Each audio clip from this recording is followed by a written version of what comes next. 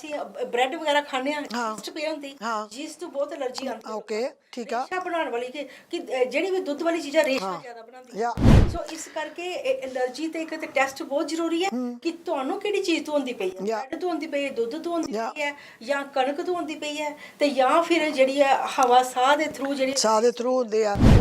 allergy ਦੇ ਕਾਰਨ ਜਿਹੜੇ ਨੇ या ਉਹਦੇ ਕਾਰਨ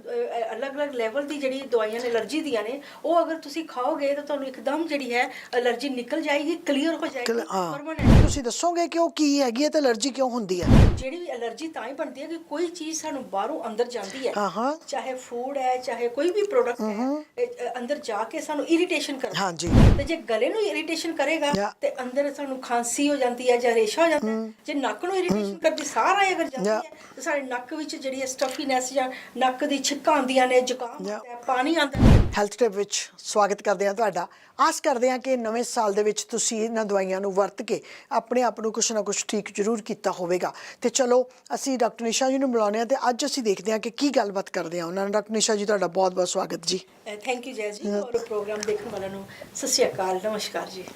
ਅੱਜ ਬਹੁਤ ਸਾਰੇ ਲੋਕਾਂ ਨੂੰ ਸ਼ਿਕਾਇਤ ਆ ਜਿਹੜੇ ਕਿ ਸਾਨੂੰ ਫੋਨ ਆਉਂਦੇ ਨੇ ਜਾਂ ਮੈਂ ਜਿਨ੍ਹਾਂ ਨੂੰ ਮਿਲਦੀ ਹਾਂ ਜਾਂ ਦੇਖਦੀ ਹਾਂ ਮੈਨੂੰ ਖੁਦ ਨੂੰ ਵੀ ਅਲਰਜੀ ਬਹੁਤ ਆ ਡਾਕਟਰ ਸਾਹਿਬ ਸਾਨੂੰ ਅਲਰਜੀ ਨਿੱਕੀ ਨਿੱਕੀ ਗੱਲ ਤੋਂ ਅਲਰਜੀ ਹੋ ਜਾਂਦੀ ਹੈ ਜ਼ੁਕਾਮ ਲੱਗ ਗਿਆ ਖੰਘ ਲੱਗ ਗਿਆ ਇਹ ਕੋਵਿਡ-19 ਵੀ ਜਿਹੜਾ ਵਾ ਇੱਕ ਤਰ੍ਹਾਂ ਦਾ ਜ਼ੁਕਾਮ ਹੀ ਵਿਗੜਿਆ ਹੋਇਆ ਜਿਹੜਾ ਕਿ ਲੋਕਾਂ ਨੂੰ ਫੇਫੜਿਆਂ ਤੱਕ ਕੋਈ ਚੀਜ਼ ਜਾ ਰਹੀ ਹੈ ਜਿਹੜੀ ਕਿ ਠੀਕ ਹੀ ਨਹੀਂ ਹੋ ਰਹੀ ਸੋ ਤੁਸੀਂ ਐਲਰਜੀ ਦੀ ਦਵਾਈ ਜਿਹੜੀ ਹੈ ਤੁਸੀਂ ਮੈਨੂੰ ਦਿੱਤੀ ਸੀ ਇੱਕ ਦਵਾਈ ਉਹ ਮੈਂ ਸਿਰਫ ਟੰਗ ਤੇ ਲਈ ਰੱਖਦੀ ਸੀ 3 ਦਿਨ ਦੀਆਂ ਖਾਣੀਆਂ ਐਲਰਜੀ ਮੇਰੀ ਜਮਾ ਠੀਕ ਹੋ ਗਈ ਉਹਦੇ ਨਾਲ ਸੋ ਉਹ ਵਾਲੀ ਚੀਜ਼ ਜਿਹੜੀ ਹੈ ਤੁਸੀਂ ਦੱਸੋਗੇ ਕਿ ਉਹ ਕੀ ਹੈਗੀ ਹੈ ਤੇ ਐਲਰਜੀ ਕਿਉਂ ਹੁੰਦੀ ਹੈ ਹਾਂ ਇਸ ਤਰ੍ਹਾਂ ਹੈ ਕਿ ਇੱਕ ਤੇ ਥੋੜਾ ਖਾਣਾ ਪੀਣਾ ਜਿਹੜਾ ਚੇਂਜ ਕੀਤਾ ਹਾਂ ਉਹਦੇ ਨਾਲ ਵੀ ਕਾਫੀ ਹਾਂ ਫਰਕ ਪੈ ਗਿਆ ਠੀਕ ਆ ਕਿਉਂਕਿ ਜਿਹੜੀ ਵੀ ਐਲਰਜੀ ਤਾਂ ਹੀ ਬਣਦੀ ਹੈ ਕਿ ਕੋਈ ਚੀਜ਼ ਸਾਨੂੰ ਬਾਹਰੋਂ ਅੰਦਰ ਜਾਂਦੀ ਹੈ ਹਾਂ ਹਾਂ ਚਾਹੇ ਫੂਡ ਹੈ ਚਾਹੇ ਕੋਈ ਵੀ ਪ੍ਰੋਡਕਟ ਹੈ ਅੰਦਰ ਜਾ ਕੇ ਸਾਨੂੰ ਇਰੀਟੇਸ਼ਨ ਕਰਦਾ ਹਾਂਜੀ ਤੇ ਜੇ ਗਲੇ ਨੂੰ ਇਰੀਟੇਸ਼ਨ ਕਰੇਗਾ या ਤੇ ਅੰਦਰ ਸਾਨੂੰ ਖਾਂਸੀ ਹੋ ਜਾਂਦੀ ਹੈ ਜਾਂ ਰੇਸ਼ਾ ਹੋ ਜਾਂਦਾ ਹੈ ਜੇ ਨੱਕ ਨੂੰ ਇਰੀਟੇਸ਼ਨ ਕਰਦੀ ਸਾਰਾ ਅਗਰ ਜਾਂਦੀ या ਹੈ ਤੇ ਸਾਡੇ ਨੱਕ ਵਿੱਚ ਜਿਹੜੀ ਹੈ ਸਟਫੀਨੈਸ ਜਾਂ ਨੱਕ ਦੀ ਛਿੱਕਾਂ ਆਉਂਦੀਆਂ ਨੇ ਜ਼ੁਕਾਮ या ਹੁੰਦਾ ਹੈ ਪਾਣੀ ਆਉਂਦਾ ਰਹਿੰਦਾ ਹੈ ਕਈ ਸਵੇਰੇ ਉੱਠਦੇ या ਦਸ ਛਿੱਕਾਂ ਆਉਂਦੀਆਂ ਸੋ ਇਹ ਉਹੀ ਵਾਲੀ ਐਲਰਜੀ ਹੈ ਇੱਕ ਜਿਹੜੀ ਬਾਡੀ ਵਿੱਚ ਸਾਡੇ ਰੈਸ਼ ਹੋ ਜਾਂਦੇ ਨੇ ਉਹ ਵੀ ਐਲਰਜੀ ਦਾ ਸਾਈਨ ਹੈ ਹਾਂ ਤੇ ਦੂਜਾ ਇਹ ਸਾਡੇ ਅੰਦਰ ਜਿਹੜੀ ਹੈ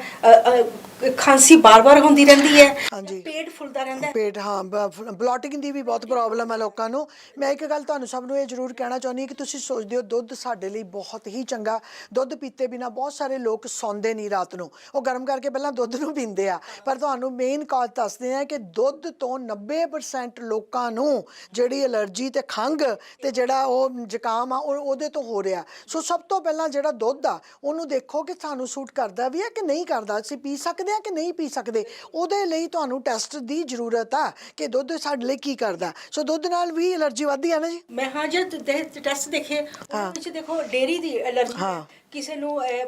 ਦਹੀਂ ਦੀ ਹਾਂ ਦਹੀਂ ਤੋਂ ਵੀ ਮੱਖਣ ਤੋਂ ਲਾਈਕ ਕੀ ਆ ਮੱਖਣ ਘਿਓ ਪਨੀਰ ਕਿੰਨੇ ਲੋਕ ਆਪਾਂ ਪਨੀਰ ਖਾਂਦੇ ਆ ਪਨੀਰ ਦੇ ਪਕੌੜੇ ਖਾਂਦੇ ਆ ਅਸੀਂ ਜਿਹੜੀ ਪੀਜ਼ਾ ਖਾਂਦੇ ਆ ਉਹਦੇ ਉੱਤੇ ਜਿਹੜੀ ਉਹ ਚੀਜ਼ ਪਈ ਆ ਹਾਂ ਉਹ ਵੀ ਉਹਦੇ ਤੋਂ ਵੀ ਲੋਕਾਂ ਨੂੰ ਐਲਰਜੀ ਆ ਹਾਂ ਹਾਂ ਜਾਂ ਵੀ ਹੋ ਗਿਆ ਇਹ ਔਰ ਜਿਹੜੀ ਅਸੀਂ ਬ੍ਰੈਡ ਵਗੈਰਾ ਖਾਂਦੇ ਆ ਯੀਸਟ ਪਈ ਹੁੰਦੀ ਹਾਂ ਯੀਸਟ ਤੋਂ ਬਹੁਤ ਐਲਰਜੀ ਆਉਂਦੀ ਓਕੇ ਠੀਕ ਆ ਰੇਸ਼ਾ ਬਣਾਉਣ ਵਾਲੀ ਕਿ ਜਿਹੜੀ ਵੀ ਦੁੱਧ ਵਾਲੀ ਚੀਜ਼ਾਂ ਰੇਸ਼ਾ ਜ਼ਿਆਦਾ ਬਣਾਉਂਦੀ ਜਾਂ ਸੋ ਇਸ ਕਰਕੇ ਐਲਰਜੀ ਤੇ ਇੱਕ ਤੇ ਟੈਸਟ ਬਹੁਤ ਜ਼ਰੂਰੀ ਹੈ ਕਿ ਤੁਹਾਨੂੰ ਕਿਹੜੀ ਚੀਜ਼ ਤੋਂ ਹੁੰਦੀ ਪਈ ਹੈ ਬ੍ਰੈਡ ਤੋਂ ਹੁੰਦੀ ਪਈ ਹੈ ਦੁੱਧ ਤੋਂ ਹੁੰਦੀ ਪਈ ਹੈ ਜਾਂ ਕਣਕ ਤੋਂ ਹੁੰਦੀ ਪਈ ਹੈ ਤੇ ਜਾਂ ਫਿਰ ਜਿਹੜੀ ਹੈ ਹਵਾ ਸਾਹ ਦੇ ਥਰੂ ਜਿਹੜੀ ਸਾਹ ਦੇ ਥਰੂ ਹੁੰਦੇ ਆ ਤੇ ਜਾਂ ਜਿਹੜਾ ਤੁਸੀਂ ਹੁਣ ਚਾਹ ਕੁਛ ਛੱਡ ਨਹੀਂ ਸਕਦੇ ਤੁਹਾਨੂੰ ਪਤਾ ਕਿ ਤੁਸੀਂ ਦੁੱਧ ਤੋਂ ਬਿਨਾ ਚਾਹ ਬਣਦੀ ਨਹੀਂ ਪਰ ਮੈਂ ਵੀ ਕਈ ਵਾਰੀ ਬੇਈਮਾਨੀ ਕਰ ਜਾਂਦੀ ਹਾਂ ਕਿ ਦੁੱਧ ਤੋਂ ਬਿਨਾ ਪਰ ਐਲਮੰਡ ਦੇ ਦੁੱਧ ਦੀ ਚਾਹ ਤੁਹਾਨੂੰ ਸੂਟ ਆ ਮੇਰੀ ਹੁਣ ਬੇਟੀ ਪਹਿਲਾਂ ਐਲਮੰਡ ਦੁੱਧ ਹੀ ਪੀਂਦੀ ਸੀ ਪਰ ਉਹਨੂੰ ਐਲਮੰਡ ਦੁੱਧ ਤੋਂ ਹੀ ਐਲਰਜੀ ਆ ਪਤਾ ਹੁਣ ਲੱਗਿਆ ਤੁਹਾਡੀ ਟੈਸਟ ਕਰਾਉਣ ਤੋਂ ਬਾਅਦ ਹੁਣ ਉਹਨੇ ਐਲਮੰਡ ਦੁੱਧ ਸੱਦਿਆ ਕਹਿੰਦੀ ਮੈਂ ਤਾਂ ਸਾਰੀ ਉਮਰ ਐਲਮੰਡ ਹੀ ਪੀਂਦੀ ਰਹੀ ਮੰਮਾ ਸੋ ਉਹਦੇ ਤਾਂ ਹੀ ਵੱਧ ਗਈ ਸੋ ਉਹਦੇ ਅੰਦਰ ਐਲਰਜੀ ਸੋ ਪਹਿਲਾਂ ਟੈਸਟ ਕਰਾਉਣੇ ਇਸ ਲਈ ਜ਼ਰੂਰੀ ਆ ਪਰ ਅਸੀਂ ਤੁਹਾਨੂੰ ਇਹੀ ਕਵਾਂਗੇ ਕਿ ਟੈਸਟ ਕਰਾਉਣ ਤੋਂ ਪਹਿਲਾਂ ਜੇਕਰ ਤੁਸੀਂ ਐਲਰਜੀ ਦੀਆਂ ਗੋਲੀਆਂ ਲੈ ਕੇ ਖਾ ਕੇ ਦੇਖਣਾ ਚਾਹੁੰਦੇ ਹੋ ਵੀ ਤੁਹਾਨੂੰ ਕੁਝ ਫਾਇਦਾ ਕਰਦੀਆਂ ਜਾਂ ਨਹੀਂ ਕਰਦੀਆਂ ਤਾਂ ਤੁਸੀਂ ਆ ਜਾਓ ਪਹਿਲਾਂ ਡਾਕਟਰ ਸਾਹਿਬ ਇਹ ਵੈਸੇ ਦਵਾਈ ਦਿੰਦੇ ਨਹੀਂ ਬਿਨਾਂ ਟੈਸਟ ਤੋਂ